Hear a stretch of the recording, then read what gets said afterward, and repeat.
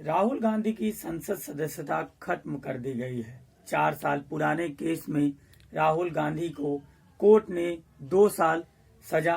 सुनाई, 2 साल कैद की सजा सुनाई और उसके बाद संसद ने कमेटी ने यह तय किया कि राहुल गांधी की संसद सदस्यता को खत्म कर दिया जाए। साथ ही उन पर अब 6 साल का बैन भी लगा दिया गया है,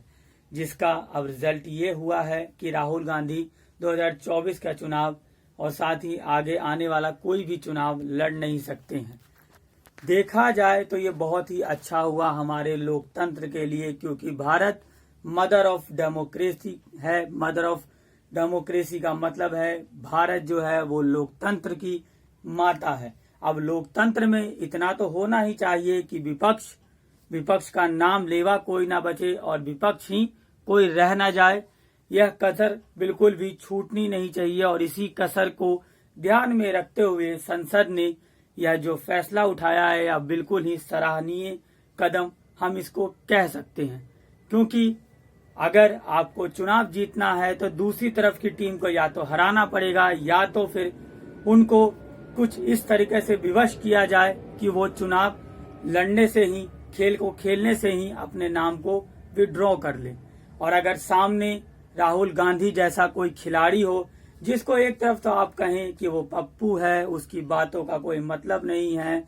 चांदी का चम्मच लेकर पैदा हुआ है, लेकिन वहीं दूसरी तरफ जब उसके एक बयान को कोट करने के लिए, एक बयान पर रिप्लाई देने के लिए तमाम केंद्रीय मंत्रियों से लेकर सारे प्रवक्ता लगा दिए जाए तो आप खुद ही समझ सकते हैं कि राहुल गांधी का मतलब असल में आज की डेट में क्या हो चला था। राहुल गांधी का 4 साल पुराना एक बयान था जिसमें उन्होंने कहा था कि नीरव मोदी, ललित मोदी, ये मोदी नाम के ही सब लोग चोर क्यों होते हैं।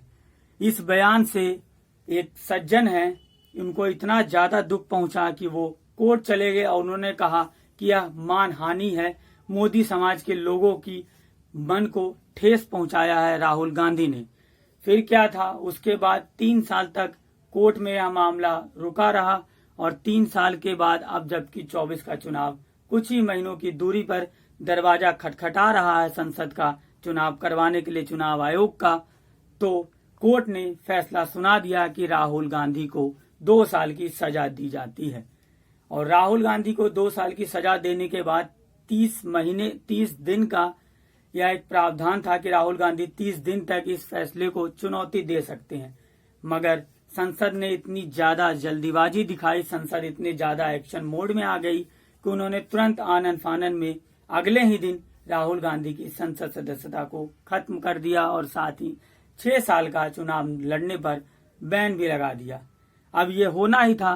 क्योंकि राहुल गांधी असल में वो नेता थे जिनके बोलने का कोई मतलब नहीं था, जिनके बोलने का कोई अर्थ नहीं था, क्योंकि वो पप्पू थे। लेकिन पप्पू ने पिछले कुछ दिनों से शायद सरकार की नाक में दम कर रखा था। संसद में अडानी के मुद्दे को लेकर, चाहे भारत जोड़ो यात्रा में कश्मीर से लेकर कन्याकुमारी तक की पैदल यात्रा हो, उससे सरकार और सरकार के तमाम मंत्री बेशक यह कहते नजर आए कि कुछ फर्क नहीं पड़ता, भारत कहीं से टूटा हुआ नहीं है, जो उसको जोड़ने निकले हैं राहुल गांधी, उससे कोई फर्क नहीं पड़ेगा। लेकिन सोचिएगा जरूर कि राहुल गांधी के एक बयान ने इतना ज्यादा संसद की गरिमा को ठेस पहुंचा दिया कि राहुल गांधी पर बैन लगाना पड़ गया, 6 साल का चुनाव लड़ने से बैन लगाना पड़ गया। धन्य हो इस लोकतंत्र का कि दूसरी तरफ कई ऐसे तमाम नेता हैं जो कि सत्ता पक्ष से ताल्लुक रखते हैं, उनका आए दिनों बयान आता रहता है। चाहे आप आज के केंद्रीय मंत्री गोली मारो सालों को जो बयान दिया था उन्होंने, मैं क्षमा चाहता हूं देखने वालों से कि मैंने इस साले शब्द का उपयोग किया, मगर आपकी मेमोरी को थोड़ा शार्प करने के लिए मुझे यह बोलना जरूरी था। उनके बयान वीडियो आपको यूट्यूब पर मिल जाएंगे, आप देख सकते हैं कि उन्होंने इस तरीके का बयान दिया था। चाहे स्वयं बीजेपी के सबसे कद्दावर नेता, सबसे ताकतवर कहे जाने वाले नेता और साथ ही विश्व गुरु देश के प्रधानमंत्री श्री नरेंद्र मोदी जी ने 2015 में बिहार में एक चुनावी सभा में बिहार के डीएनए को ही गाली दे दी थी। तो क्या ये कह सकते हैं कि समूचे बिहार को गाली देने पर भी संसद की गरिमा तार तार नहीं हुई, या फिर आप पुराने कई नेता के बयान ऐसे उठा के देख लीजिए, स्वयं सत्ता पक्ष के नेताओं के बयान उठा के देख लीजिए, जिसमें उन्होंने कई भारत के प्रधानमंत्री मनमोहन सिंह जो पूर्व प्रधानमंत्री थे उनके ऊपर कई बयान उनके लिए कहे गए। उनको ये यहाँ तक कहा गया कि वो तो रेन कोट पहनकर नहाते हैं, जर्सी गाय, और भी कई तरह के बयान